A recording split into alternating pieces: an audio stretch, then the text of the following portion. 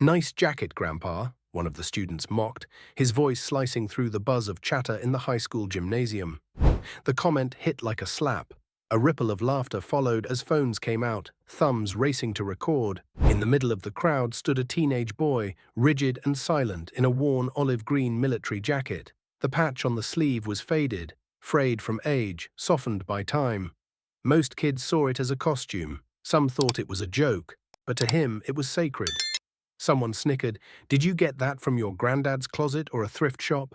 Another voice chimed in, "You look like you're playing soldier, bro." Laughter grew louder. A few kids even began recording, panning their phones toward the stage at the front, where a highly decorated US Army general stood watching from the podium. But while everyone was distracted by their cruelty, she noticed something no one else did.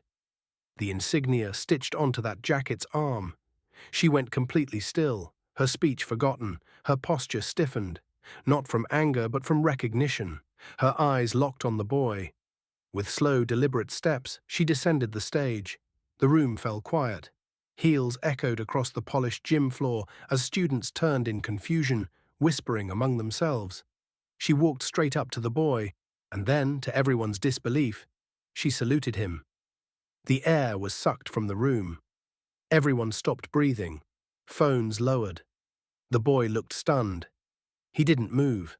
She lowered her hand and asked, her voice suddenly softer than anyone had ever heard it, "Where did you get that jacket?"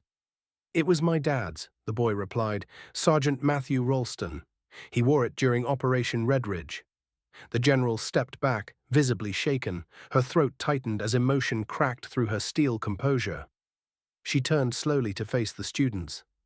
"That patch," she began, pointing to the boy's sleeve, "belongs to the 117th Recon Division. One of the most elite and most unsung units in modern military history.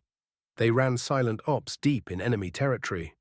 They didn't get parades, they didn't get headlines, they got folded flags." Silence gripped the room like a vice. "Sergeant Ralston," she continued, "was my commanding officer. He saved my life during an ambush. Without him, I wouldn't be standing here. And now his son stands in front of you, wearing his father's memory, while you mock him for it." She turned back to the boy and placed a hand gently on his shoulder. "You didn't just honor him today. You reminded all of us what sacrifice looks like." The boy swallowed hard. "I just didn't want to forget him," he whispered. The general nodded. "You didn't. You made him unforgettable." In the crowd, the same students who had laughed now looked away in shame. One girl began to cry. The boy who had made the first joke tried to mumble an apology, but the general fixed him with a sharp glare. "You didn't know," she snapped. "That's because you never cared enough to ask." She turned to the audience and spoke louder now, to every student, every teacher, every person holding a phone. "That jacket isn't just fabric. It's courage. It's loss. It's legacy. You measure worth by brands and trends. But that boy is wearing something stitched in blood, discipline, and honor." Then she did something no one expected.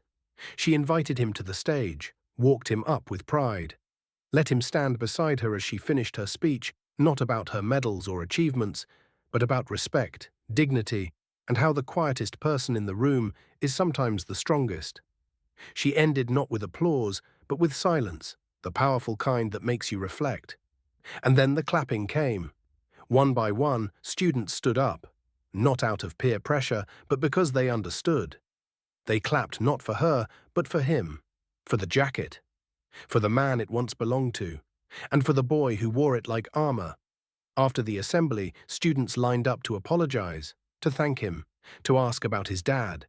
He didn't say much. He didn't need to. The jacket had said it all. That day, a school full of kids who thought they were cool learned what real cool looks like.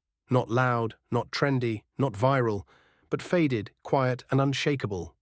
Because honor doesn't demand attention, it commands it. Respect doesn't come with hype, it comes with humility. And sometimes, the bravest person in the room is the one being laughed at. Before we end this story, let us know in the comment, where are you watching from? If this story touched you, subscribe to the channel, hit that like button, and drop a karma in the comments below.